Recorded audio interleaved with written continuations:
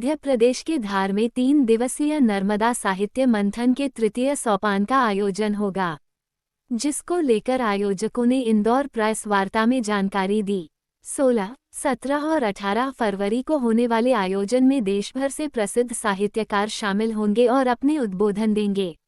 विश्व संवाद केंद्र के अध्यक्ष दिनेश गुप्ता और संयोजक डॉक्टर मुकेश मोड ने बताया कि राजा भोज की नगरी धार में विश्व संवाद केंद्र मालवा के वार्षिक साहित्यिक समागम में नर्मदा साहित्य मंथन के आयोजन के दौरान परिसंवाद, व्याख्यान, प्रश्नोत्तरी एवं प्रस्तुति के 17 सत्रों के इस आयोजन में मालवा निमाड़ के कई रचनाकारों की पुस्तकों का विमोचन होगा।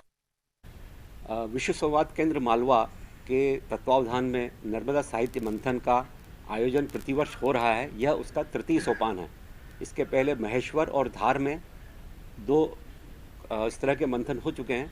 यह तृतीय मंथन 16, 17, 18 फरवरी को धार में होने वाला है, राजा भोज की नगरी और माँ वाग्देवी की नगरी में।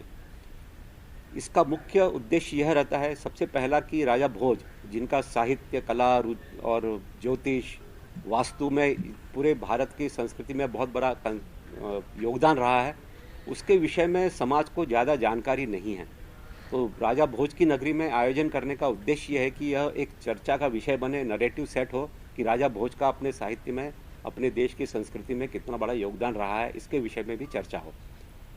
दूसरा, इसमें जो विषय चयन किए गए हैं और जो वक्ता चयन किए गए हैं, वह उसका मूल उद्देश्य यह है कि भारत का जो अस्मिता है, भारत की जो आस्था है, वह स्व आधारित है। भारत का स्व क्या है, उसकी संस्कृति और उसकी सभ्यता के जो बेसिक मूल्य हैं, उसके विषय, उस पर आधारित अपने समाज का निर्माण हो।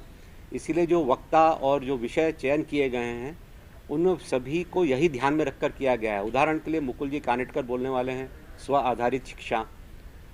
आलोक कुमार जी, जो कि विश्व हिंदू परिषद के राष्ट्रीय अध्यक्ष हैं, वह सबके राम, सब में राम, इस पर बोलने वाले हैं। रमेश जी पतंगे संविधान में राम राज्य का मार्ग, इस पर कहने अपने विचार रखने वाले हैं।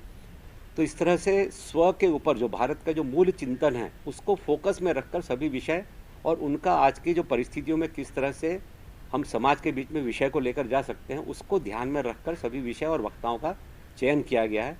कुल 17 सत्र होने वाले हैं। उद्घाटन और समापन सत्र को मिला लें तो, और उसमें विभिन्न वक्ताएं अपने अपने विषय रखेंगे। विषय रखने के लिए जो सबसे पॉपुलर सिस्टम यह है प्रश्नोत्तर के रूप में। तो एक मॉडरेटर रहेंगे और उनसे जो भी प्रश्न रहेंगे वो प्रश्न पूछे जाएंगे, और उनके प्रतिपादन के पश्चात जो वक्ता, जो श्रोता रहेंगे, वो भी उनसे प्रश्न पूछ सकते हैं। कार्यक्रम के समाप्ति के बाद, सेशन के बाद एक सत्र, एक व्यवस्था की गई है कि अगर पत्रकार बंधु उन वक्ताओं से कुछ प्रश्नोत्तर करके और कोई विषय जानकारी लेना चाहते हैं तो वह भी उसमें कर सकते हैं। ये 15 तारीख की शाम को राजा भोज के ऊपर जो प्रदर्शनी है उसका उद्घाटन होगा, 15 की शाम को।